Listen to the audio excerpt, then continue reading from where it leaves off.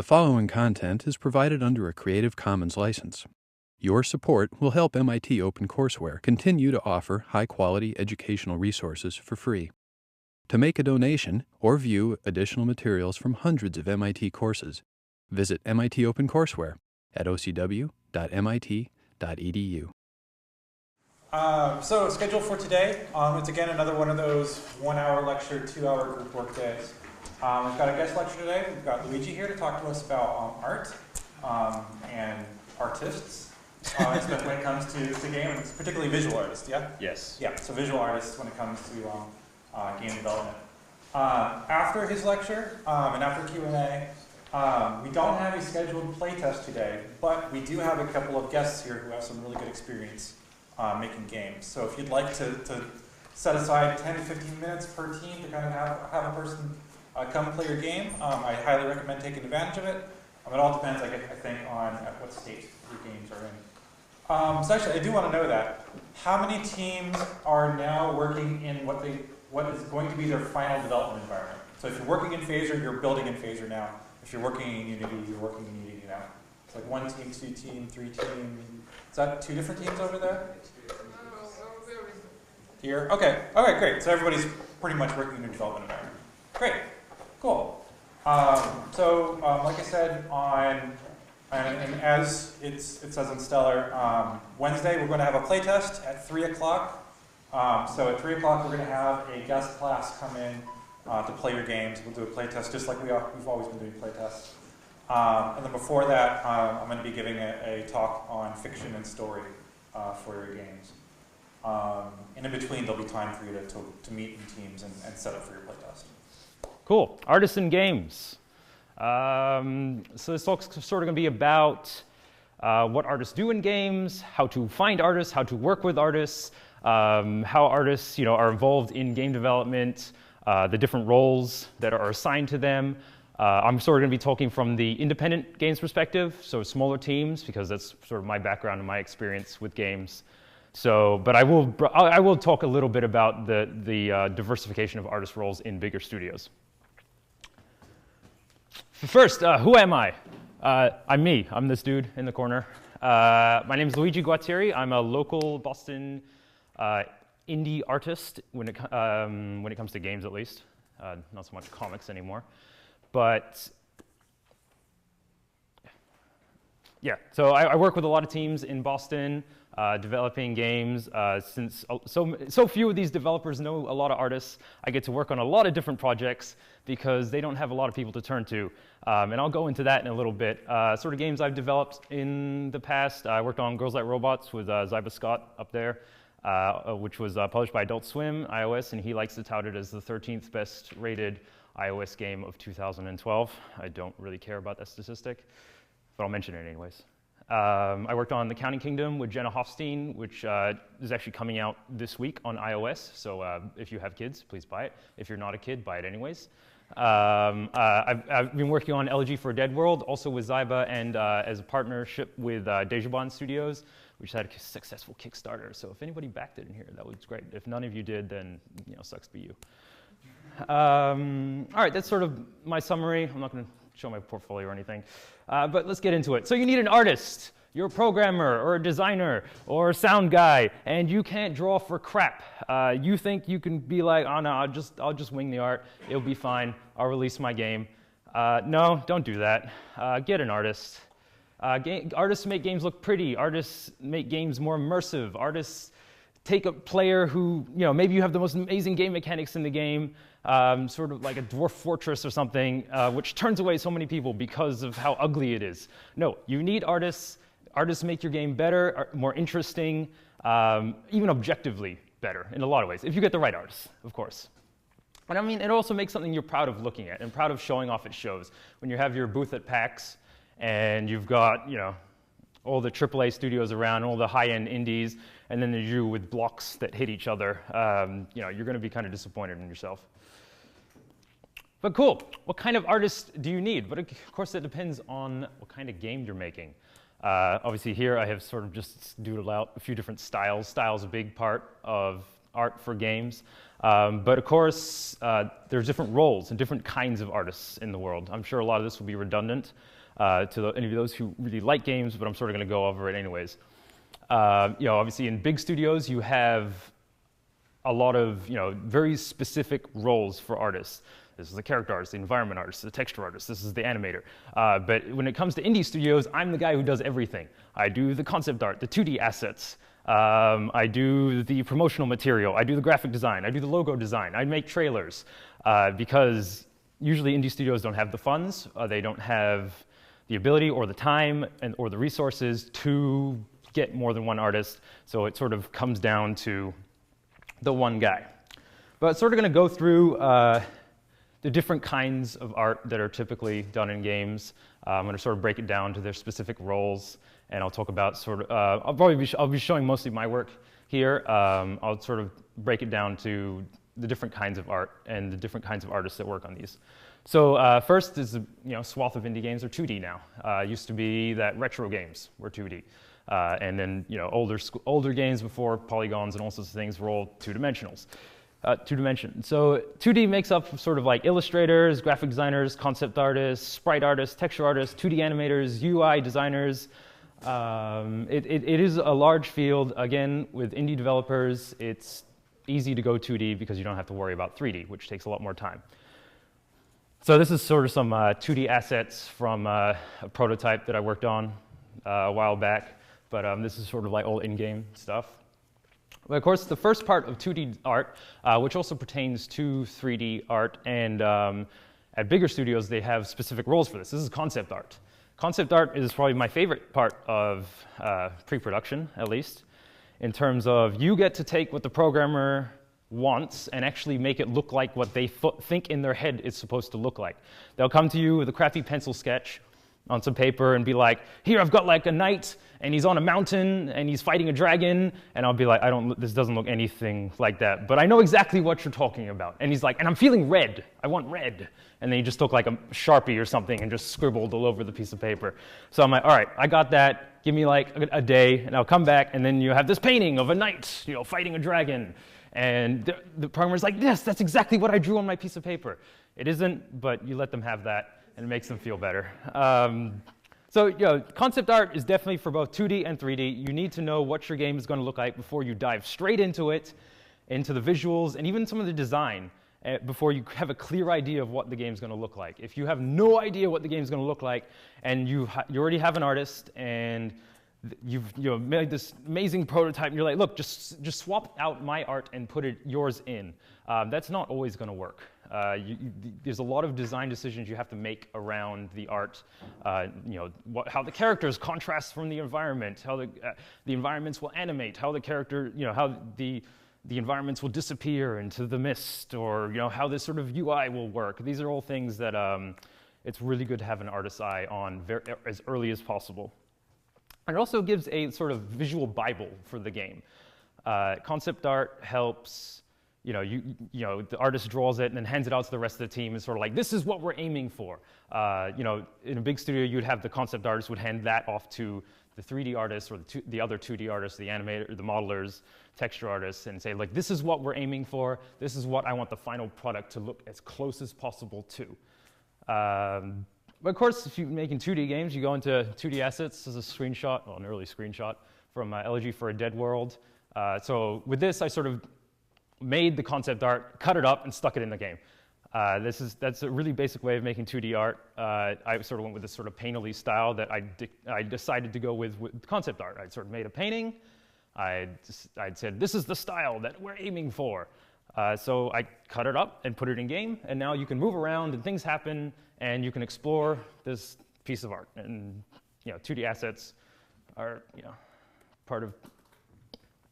All right. Illustration. It's more of a old school term, especially when it comes to games now.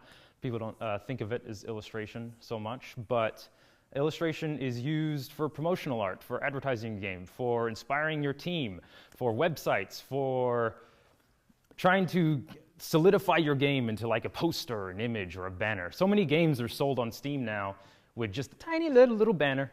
that you click on, then you get a little slightly bigger banner, and then maybe a gameplay video. So much of that first click, like making that person go, oh, that tiny little banner looks kind of interesting, let me click on it, is such a crucial point, especially if you haven't done your job marketing, that you need to have illustrations and promotional art and posters and sort of graphic design, and that sort of goes under the Illustrator sort of dome. In a big studio, they usually have the concept art also be the illustrations a lot of the time, but usually the concept artists are very proficient because they have to be fast, and they also make the illustrations for a game. Obviously, as an indie, you're making the illustrations too. UI design. This is sort of in between. This is like in between three different facets. You got design, illustration, and graphic design. Graphic design, I mean by like sort of logos and making things more readable to users. But that sort of goes into game design in terms of how the UI is going to work. And then you also need an artist to actually, or a graphic designer to actually make it look good. This is a big part of 2D design. Obviously, it's in 2D games. It's also, but usually UI is flat because you're dealing with buttons and menus and HUD overlays. So that's sort of a weird intersection between all three of these facets, where it sort of has to be usable, it has to make sense in the game design world, and it has to look good. Let's jump into 3D. 3D is the more complicated side of the art. Painting a picture doesn't take me a very long time, but making a 3D model takes much longer time, especially if it's highly detailed or needs a lot of texturing, or I need to make it work in a very specific type of game. There's a reason a lot of indies avoid 3D, is because, I mean, especially it's getting easier all the time, especially with tools like Unity and Blender, but a lot of indies do stick to 2D because 3D just gives you a lot of hassles that you don't have to deal with in 2D. And usually you need more artists to work with 3D because to make a game in 3D, it takes a long time. You have to model environments, you have to model characters, you have to model objects. Whereas, in a 2D game, I'd be like, all right, a box is just 4 lines and just color it in. Box in 3D, all right, I made the cube. That's easy, whatever. And I got to texture it, and I got to occlusion map it, normal map it. It takes a lot more time. And it usually ends up looking really nice, but usually you need more artists. So sort of the roles in 3D is modeling. This was one of my early attempts at modeling. Sort of the modelers, they sculpt 3D characters and environments. They sculpt what's going to be put into the world. Modeling and texturing makes up the bulk of sort of 3D work. It takes a long time to get right, and then sort of having to make it work within your game is another big facet of that. Because ZBrush is a really fancy tool that a lot of 3D artists use, and they will sculpt the crap out of it and be like, oh man, you can see I sculpted every skin pore on this guy's face, and every vein is actually underneath his skin, and the fat and the muscle and the bone.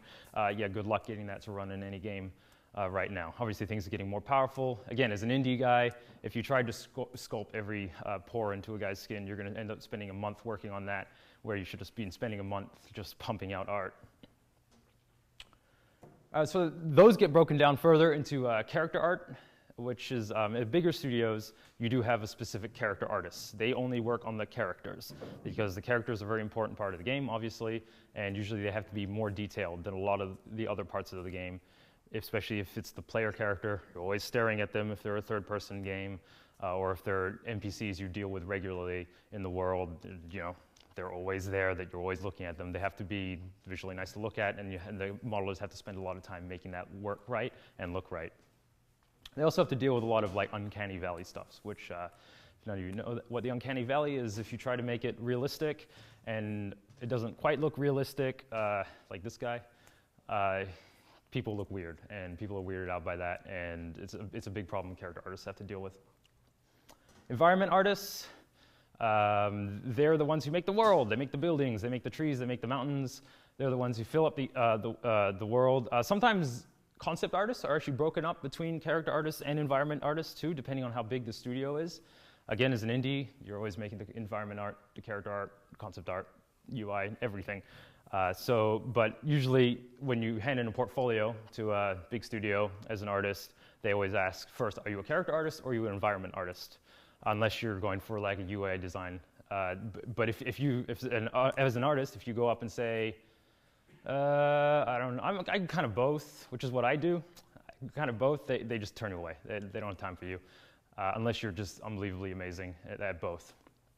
So the big facet I skipped out on both of those things is animation, which pertains to 2D and 3D.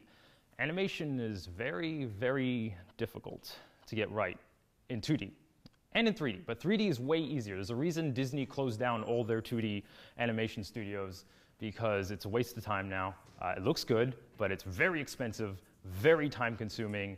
A good reference point is, has anyone played Skullgirls, which was like a 2D indie fighting game? They wanted to add a single character to their game, and they started a Kickstarter, and they asked for 250 grand just to add one character because of how exact the animations had to be and the quality of the 2D animations. Hand drawing animations is very time consuming for sprites and hand animating 2D guys. So that was sort of solved by tweening. Tweening is, as you probably all know, is like I have my arm and I draw it and I can do this with it. And that makes animation more fluid, and you can sort of blend in animations with other animations much easier, and especially with I've been using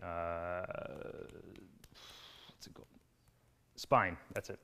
Spine in Unity to help blend a lot of my tweening animations. 3D usually only works with tweening animations, and sort of you have the animation rig and you move the body parts around and sort of algorithmically draws in the in-between frames. Whereas in hand-drawn 2D animation, old school 2D animation, characters, if you want to move the character like this, you have to draw all of those frames, usually. So that's why a lot of indies, they turn to pixel art, because an arm doing this is like 2 blocks moving, which it takes way less time, it's way easier, and it's a style that a lot of people like, so so it's sort of easy to sell it. If there was no such thing as pixel art and you tried to make a pixel art game now, people would be like, this is kind of lazy, if the whole world was Disney quality animation. All right, great. So you're thinking about what kind of artists you need, what roles you need to fill for your game. But wait, the most important thing is how much money do you have, in your wallet? Because artists cost money, obviously. They have to eat, as much as the starving artist stereotype is perpetuated. Obviously, if you're a big studio, you can just throw down the fat stacks of cash and say, I want 4 concept artists, an army of VFX artists, 3D art modelers, I need 2D texture guys and UI designers, you name it. And they can sort of just bring in everyone and get the best of the best because they have millions of dollars to work with. As an indie, you don't have anything to work with, usually, unless you've kickstarted magically now and made a ton of money, or you have some sort of outside funding. You sort of have to coax an artist into your grasp and either promise them with some money you have or revenue share, but you're usually going to only end up with maybe 1, 2 artists, depending on the size of your team. It's tough. Amazing artists cost a lot of money. If you're trying to go for the best of the best, the famous guy you saw on the internet one time, they're gonna charge for being the famous guy on the internet you saw one time.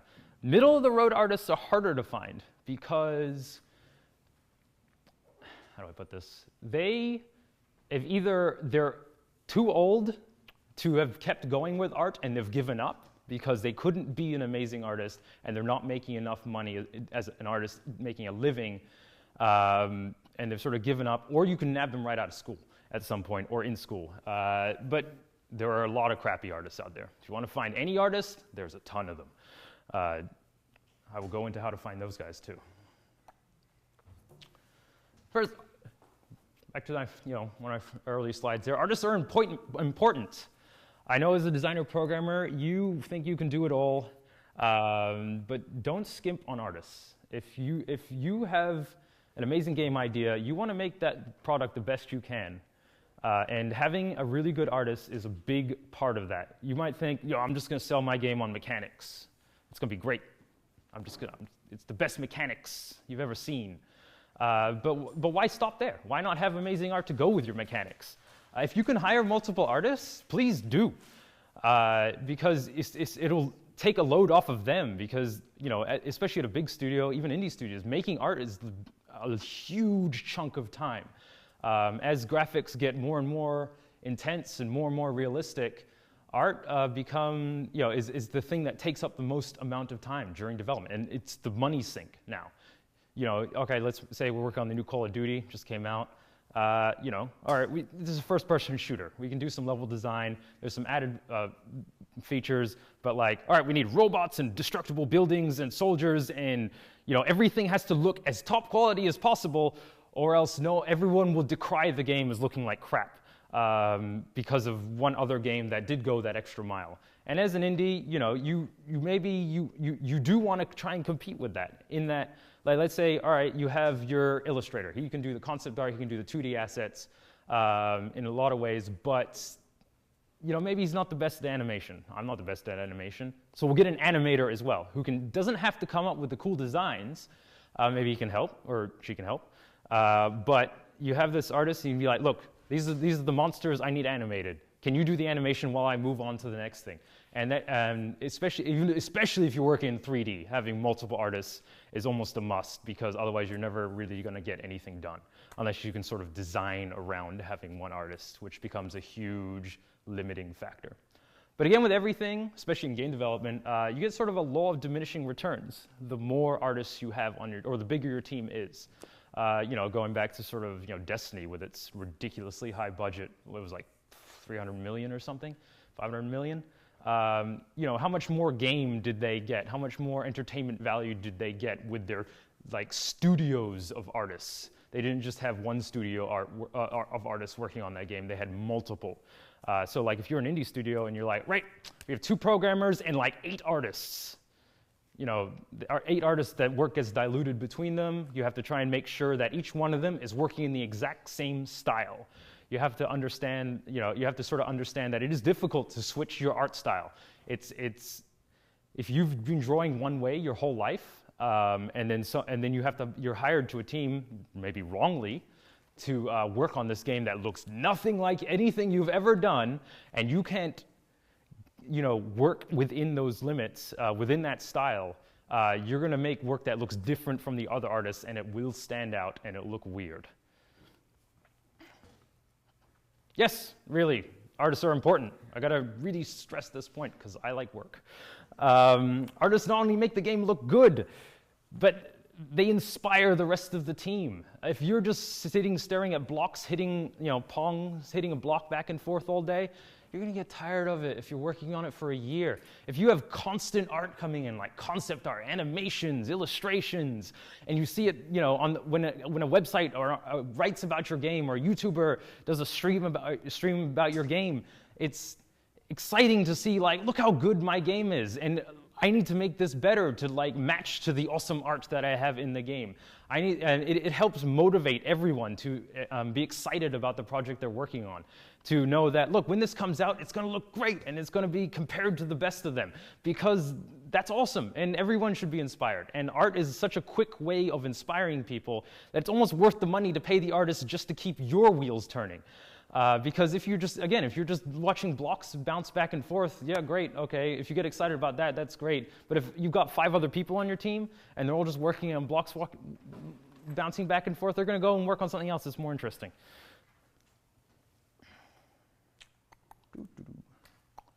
So, where do you find these so-called artists?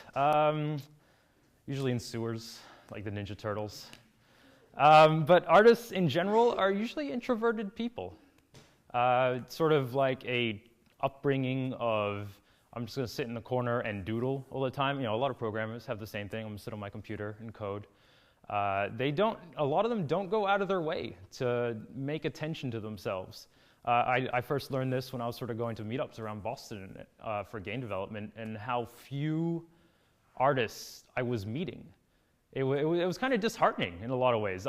And the few artists I was meeting, a lot of them were like, okay, here, yeah, get out of here, you're done.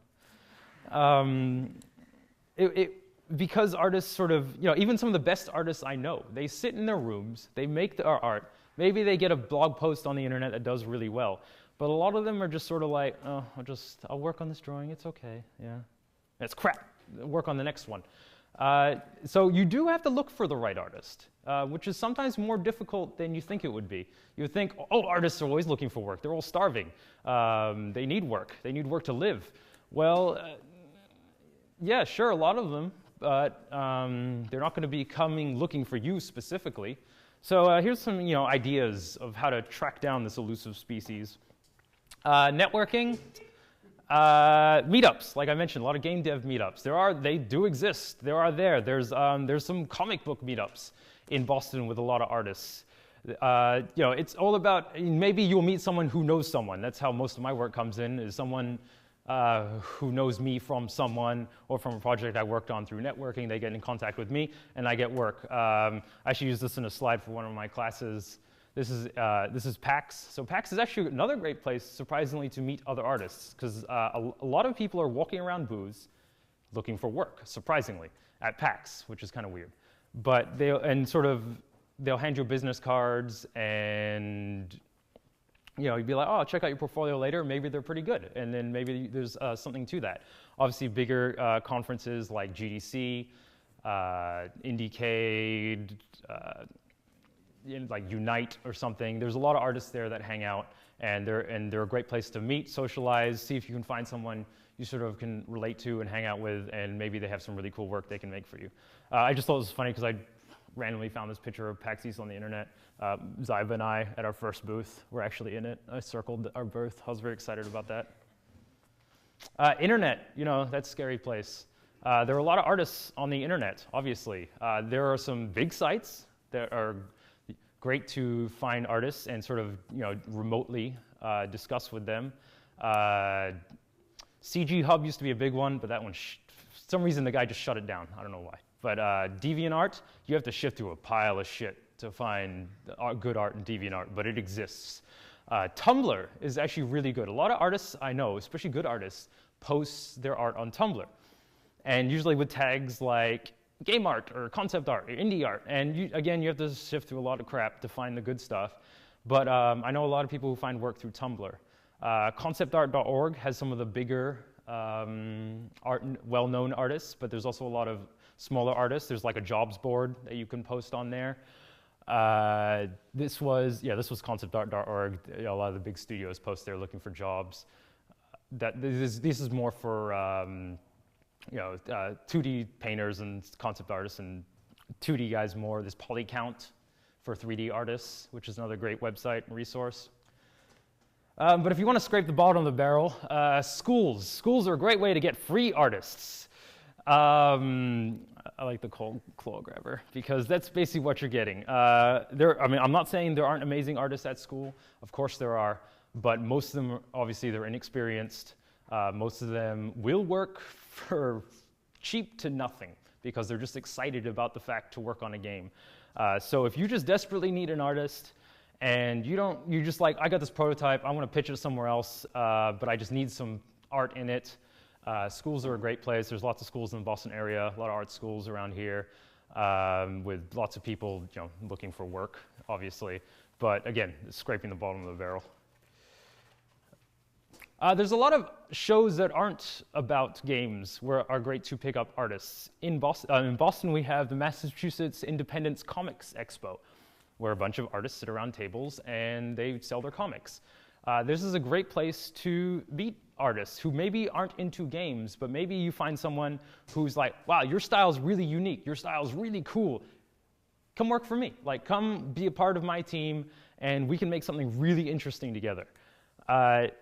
There's a lot of artist tables. There's a lot of like just sort of, I used to do these a lot. I don't really do them so much anymore, but sort of just selling your prints on tables. There's sort of lots of festivals all the time.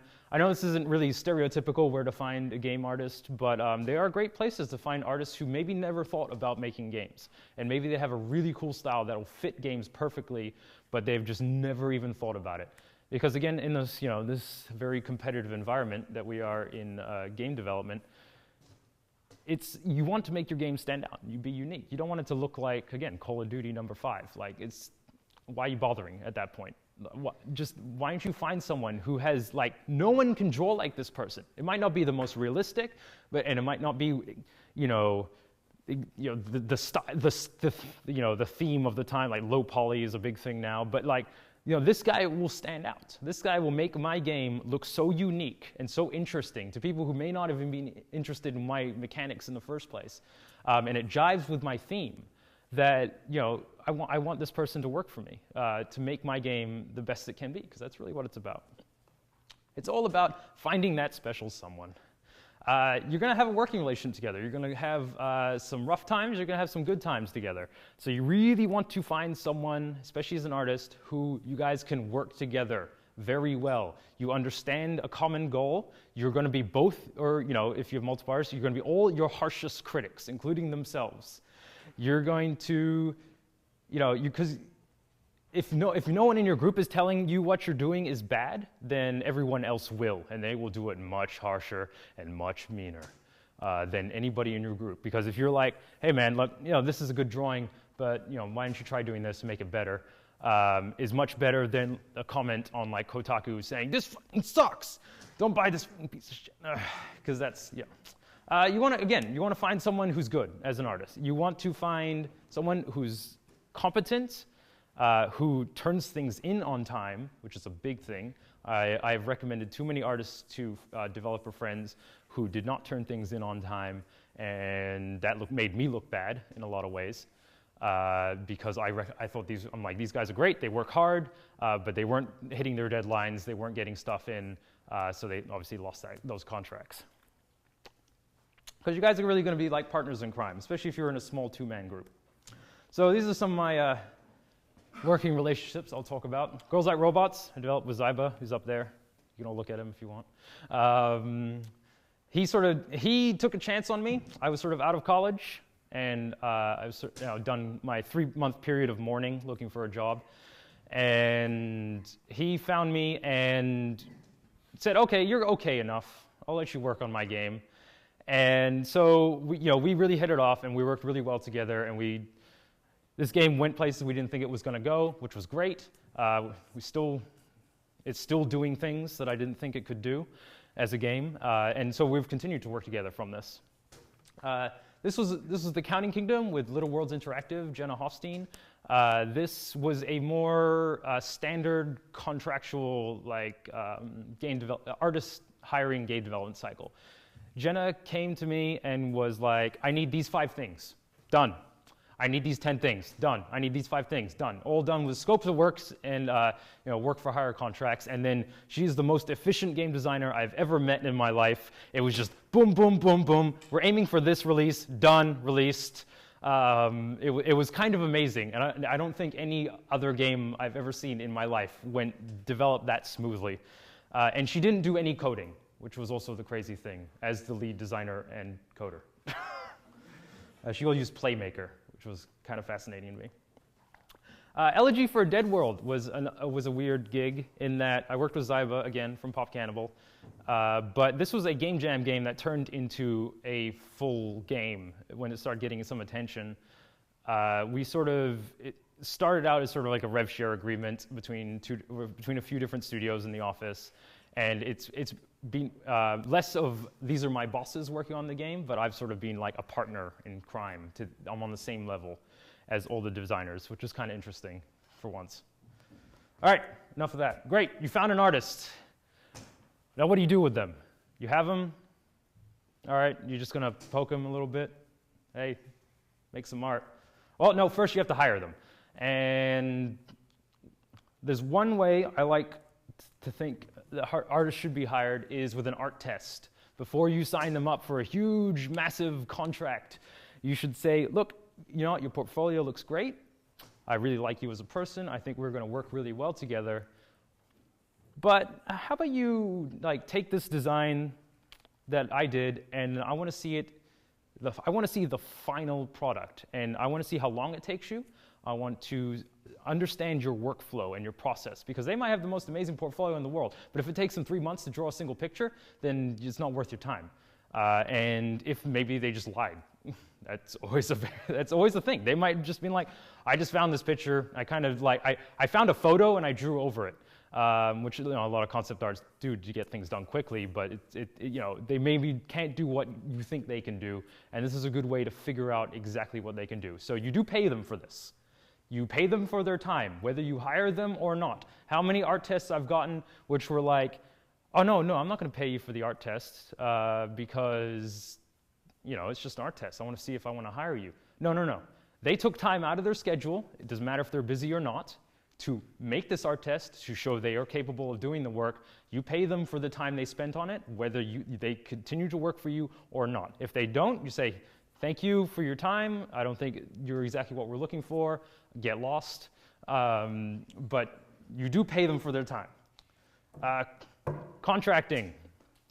Most indies are going to be on work-for-hire bases for independent for the artists. They're going to be, what I mean by work-for-hire, for those of you who don't know, any work they make, they don't own anymore. When I draw a picture on my own, it is my copyright. I can do whatever I want with it. I can hire a 70-foot billboard and put it up, and there's nothing anybody can do about it. But if I'm under a work-for-hire contract, and I'm working for a game designer or a game company, and I make art for that game, I no longer can put it up on a 70-foot billboard without any permissions.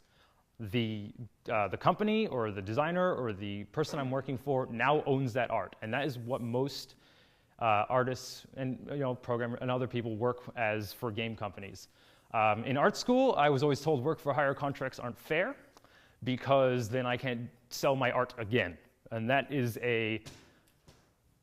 that's good as an artist, meaning like, good, I can sell my same painting again and again and again and again for lots of money and make more money off of this one painting, but it's not the norm in game industry. It's the norm in other in other illustration fields. You can do that. Some magazine publishing, since they're all dying, they're much more lenient on that thing, on sort of that. But most game companies is you no longer own the art, so you're going to sort of have to make a work-for-hire contract, usually with a scope of work attached to it of what exactly is needed from the artist. Another interesting point for independent contractors when you're hiring for work-for-hire work is software licensing. It's usually up to the artist to have their own software. If they're hired full-time, if you somehow magically are able to do that, usually you have to supply the software, especially if they're working at an office. Great, so you've hired them. You've got them down, they're sitting there, they've got their tablet out, they got their pen. Now, what do? You got to art direct them. You have to play art director. Even if you can't draw, as the person who hired this artist, you have to critique them and understand how they work and to give them feedback constantly, even if it's just encouragement. You sort of have to make them make the art that you want them to make for you. They're not making their art for themselves. They're making art for you. They're not fine artists. Fine artists just sort of waft in the air and discover what they want. But as an illustrator or a 3D artist, you're like a plumber. I need you to fix this pipe. I need you to draw this picture specifically. It's a great variation of do what I say, not what I do, especially with a programmer or a designer who can't draw. But here are some helpful things to yell at artists. Aesthetic. Just instead of saying, do it better this time, just not as crap. Aesthetic, the general feel of the art. This one is it's a little hard to critique aesthetic, but if you have a general sense of what the theme of the game you're going for, definitely be like, all right, this is a zombie shooter, okay, you put Hello Kitty in here, this isn't really the aesthetic I'm looking for the game. And that sort of ties into style. They're very close together, but style is very easy to point to and be like, we're looking for this style of game. And that sort of helps guide the artist to be like, okay, that's what they're thinking, it's a bad idea, but I'll sort of work with it and see what I can come up with. Contrast is probably the most important term in art in general, and specifically for game development art. Contrast is how different things look, like in contrast in real life, like when two things contrast against each other, you're telling the difference between them, or the similarities. In games, you want like the character to stand out from the background. You need items to be obvious. You need certain things to stand out more than others. Maybe things to disappear more than others. Maybe things to be more similar and be more hidden. Like if you're making like a Metal Gear Solid game, it's like, oh, I need the character to blend into the environment. Contrast is a very helpful word when you're having trouble defining what's wrong with this image, why isn't it working in the game. Oh, okay, it's because these animations blend in too much with the character animations. I can't tell what's going on. Or this image, there's not enough depth in it. This image, I need more depth. Contrast is a big word. It's a really great word that helps with that. Saturation is another handy one, but that just sort of means like how colorful something is. The more saturated something is, the more sort of vibrant and colorful it is. The less saturated it is, the more gray into whites and blacks it is. That really helps with sort of saying, you know, all right, this is sort of the objects and the theme I'm going for, but why don't you make it more colorful, make it more saturated, so the world feels more fantastical and interesting, or it's like, I want this to be dark and grim, let's lower the saturation quite a bit to really make it feel like, oh, it's a gray day and dark and dreary. Composition, just the layout of art and the layout of levels or the layout of, you know, what the player is seeing and what the player is dealing with is just sort of the arrangement of items. Just another handy word to know. But of course, encouragement. Encouragement is always needed in any part of game development. It's always great to hear, you're doing a good job. Give yourself a high five, or me a high five, whatever. It's really helpful to, you know, encourage your artists to keep making, so it makes them make the best work they can. If you're just yelling at them all the time and they're not doing a good job, or you don't think they're doing a good job, maybe they aren't, but they're not going to get better if you're just always dissing what they've got, and it's not fun. Let's sort of like go into, so you've got the artists, you're going to art direct them. Now what are the phases? Pre-production. Pre-production is the happiest part of game development. You're coming up with all the ideas. Your scope is increasing through the roof. You're like, oh no, we're going to have open world this. You're going to have, the world's dynamic. The characters die. Their families grow up. It's going to be great. The art is going to be like realistic. It's going to go into space. We're going to have all these textures. And the concept art is amazing. But, you know, as an artist, you're working on usually the concept art for the game. You're helping with ideas sometimes. Maybe your designer is, you know, he's so happy to have you. He lets you help out with ideas for the game. Pitches, another good thing. If you're making concept art, if you're pitching a game to get funding, like Kickstarter, or maybe to one of the biggest studios like Sony, Microsoft, Nintendo, or others, if you're trying to get money up front, art really helps a pitch because you have nothing to show. On Kickstarter, you're selling hopes and dreams. You're not selling a game because people are imagining in their heads what the actual game is going to be, and it's way better than what you're going to put, what you're actually going to make, because they have no idea what they're thinking about. Pitches with art work better than pitches with nothing.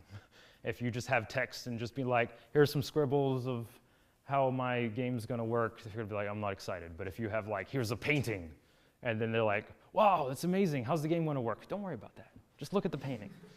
Web stuff, so making your website, obviously, it's early pre-production, like you want to sort of, you know, maybe you want to make a blog or something about your game. It's a great place to start sort of posting about the, you know, art as it comes in from concept art and pitches. Logos are another big thing, especially if you're doing a pitch.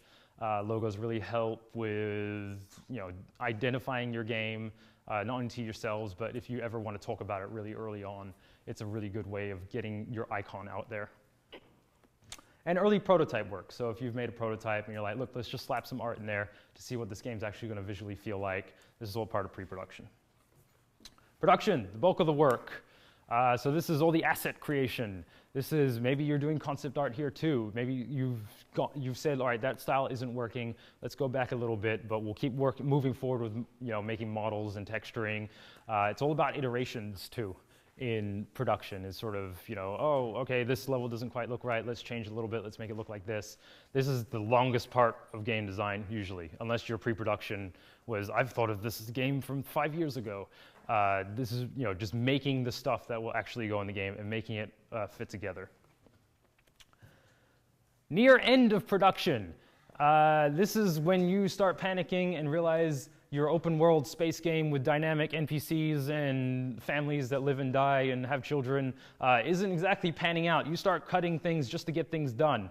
The artist is usually, hopefully, done by now towards the end, but they have to start doing the promotional push. They have to start making the illustrations and the art and the graphic designs and the Steam banners and making sure everything looks as best as it can so when this game fires out to the world, a lot of people get it. As indies, I have to make trailers too. Usually you have a trailer dude for that at a big studio, but as indies, you have to make, usually the artist has to make the trailers, so that takes up more time you would think. On the Counting Kingdom, Jenna came to me and said, I need a trailer in 2 weeks, and that was harrowing because I fully animated it for some reason. But a lot of the art is also like putting together store assets, like trailers and banners and promotional stuff. So sort of in conclusion, indie artists, they fill many roles. They do lots of things. At a big studio, you sort of have these very specific jobs that everyone is assigned. They go in the morning, and they know, I'm going to be the guy who animates shattering glass all day. And they do it for 3 years, and the Avengers comes out.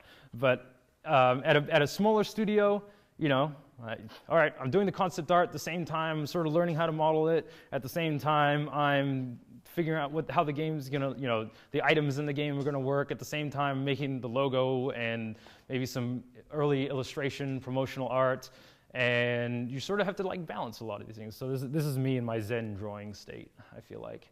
I don't usually get to that. I usually get really angry, and I don't get this calm when it comes to that. But yeah, indie artists, they have so much stuff to do. They have so much stuff to offer. Hire artists. Don't make your game without an artist. That's boring. If you think you can do it yourself, that's great. But artists, they add a lot. They inspire you. They usually work hard if you find the right one. And you can form long-term, meaningful partnerships with them. And it's great. So, I think I have one slide. Thank you. That's my email address and my website, if anybody cares.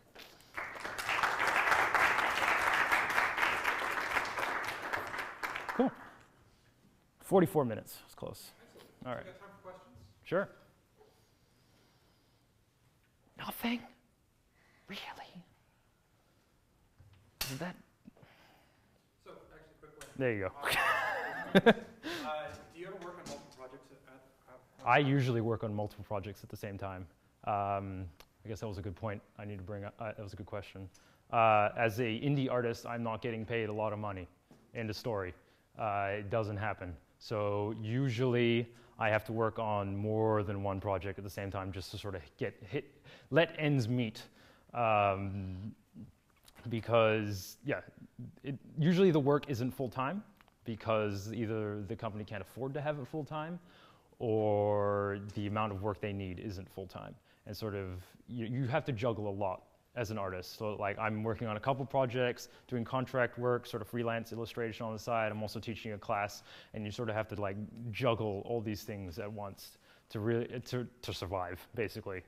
Because as sad as it sounds, indie games don't make a lot of money usually, unless you're Goat Simulator. Yes, go. I didn't quite catch where you said 2D animation is harder than 3D animation. So have you ever seen like an old Disney movie? Oh, okay, so they usually had armies of what they called in-betweeners, in that, there would be a keyframe artist. He would draw Snow White dancing like this, and then there would be the poor bastards who had to draw every single frame of her going like this, all like 30 or 40 frames.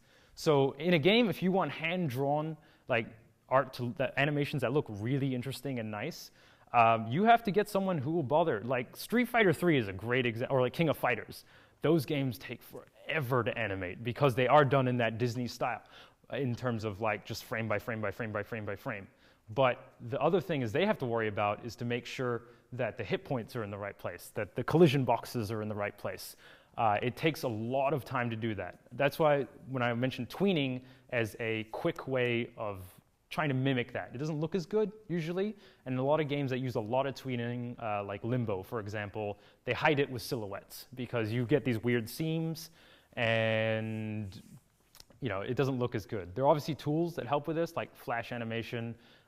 Is like you can sort of do an in-between of tweening and hand animation, but sort of frame-by-frame sprite animation takes a long time.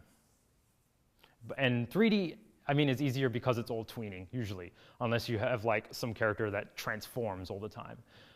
It's the same way in 2D in that like a 3D arm that is rigged like this is always going to look like this because you can just sort of manipulate it in 3D space. Doing this in 3D is really easy. Doing this in 2D takes forever, if you know what I mean. Does that answer your question? Is there something you need me to follow up on? I kind of see what you mean, like you have to draw every frame. But Yeah. Unity has a very cool way to go around this. Like their 2D is actually 3D that is like snapshot into 2D, so they don't have to worry about. Yeah, that's one way to do it. That's one way to solve it. But then you have to make all your models in 3D first, and then animate in 3D, which the modeling process takes time as well. So it's sort of like, and then you have to think about, all right, I have 2D artist, can I do this? Or no, I need a 3D artist to do this. It's just something to think about. But yeah, that's a way around it that a lot of people use. Yes, go. Does it make sense for a software engineer to learn the basics of drawing so that they better understand maybe the artist to do more reasonable tasks? Sorry, could you repeat the question? So does it make sense for a software engineer Yeah. to learn the basics of drawing so that you better understand artists and maybe give more reasonable tasks? Yes. Programmers, designers, software engineers should totally try to understand the basics of art and color theory and sort of the process of making art. So when it comes time to either advising the artist on what they need to change or what might not fit, you have some understanding of, all right, these colors go together, these colors don't go together. Could you composition this a little better so you like put these down here and that over there? But again, a lot of art direction is sort of about contrast and composition, and color is a big one. I didn't really talk about color theory too much, but like for instance, Jenna from Little Worlds Interactive, when I worked with her, she already had a pretty good graphic design sense, which really helped in when I gave her art in the sort of feedback she could give me. And also when she utilized my art. So I didn't put anything into that game. I wasn't directly working in Unity on the Counting Kingdom. She knew how things look good together just because she'd already had like a background in web design. So yes. Yes. You were saying earlier that usually it's good to have, or it's basically a must to have different people specialize in different roles. Like someone is a game designer, someone's a programmer, and then you have to hire an artist to do all the game art. Do you ever find outliers to that, like exceptions, like someone who does everything and still comes up, manages to? Of course, there's always exceptions. There's always some magic man who can do it all, or magic woman. An example of an artist who can do it all. A game designer who can do it all. I don't know. Can you name anyone?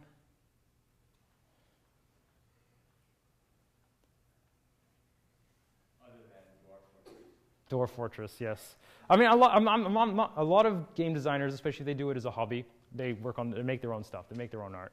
It's just a good idea to spread the work out, because as an indie, and I've seen a lot of my developer friends, they have to focus so much of the time on marketing and programming and designing that to also add art to that, like you've just extended your game development cycle by a lot.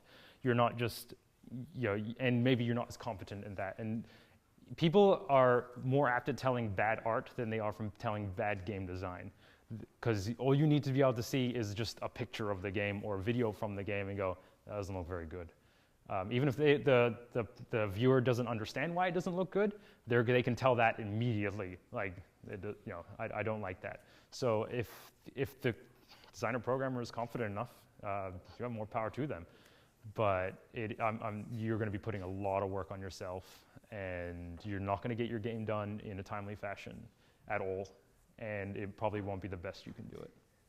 Can I ask one more Sure. question? Do you ever, as an artist, think about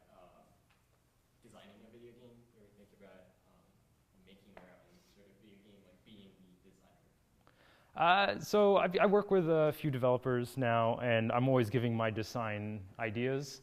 I always have ideas for games. I love coming up with ideas for games. I don't think I would call myself apt enough to design my whole game by myself yet. So I'm definitely still focused on the art side of things. But yeah, I love designing games. It's fun. Yes? What have you had to do for an art test? So usually for an art test, it depends on the game. So I recently did an art test for some sort of mobile MOBA game. And what they asked, they said, like, here are character descriptions. Design these characters. And I said, all right, that'll take me this amount of time. They said, great, that's fine. This is my rate. So they quick contract out the door for that. And I designed the characters. I didn't end up getting the work, but I don't think my style was really what they were looking for. But yeah, it was that. I designed the characters. I did a quick turnaround. So sort of like character standing this way, this way, this way, this way, from the back of each character. I fully painted one of them and said, this is what I got. And I think that's a pretty good art test, especially if you're building a game focused on characters. If you're building a game focused on environments, be like, draw this mountain for me that I'm describing in this text. So usually an art test is, here's a description, draw this, especially for an illustrator or a concept artist. It's not so much, here's a quick doodle I did, make it better. It's usually, here's a paragraph of text, make this thing exist. I feel like that's a pretty solid art test.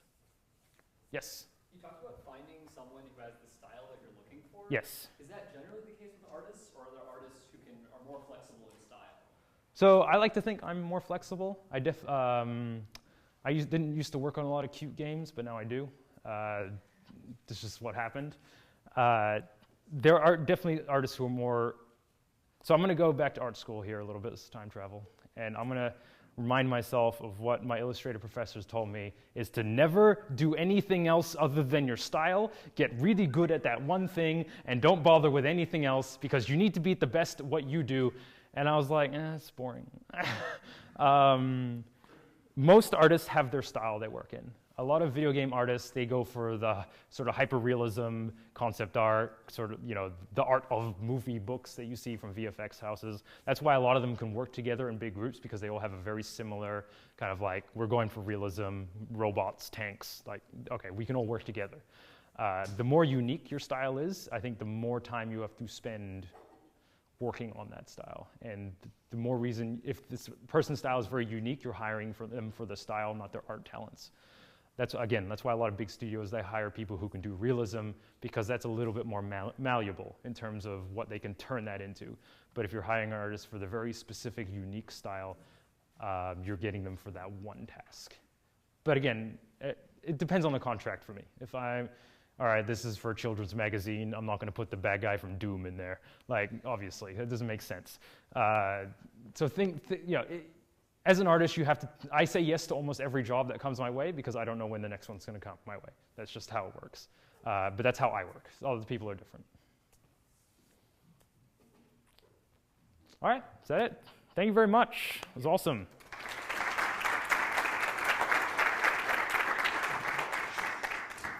All right, so take 5 minutes to get into your teams.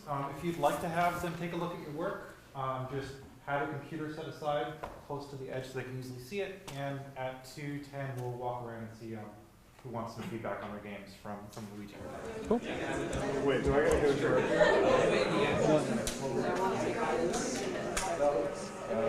work?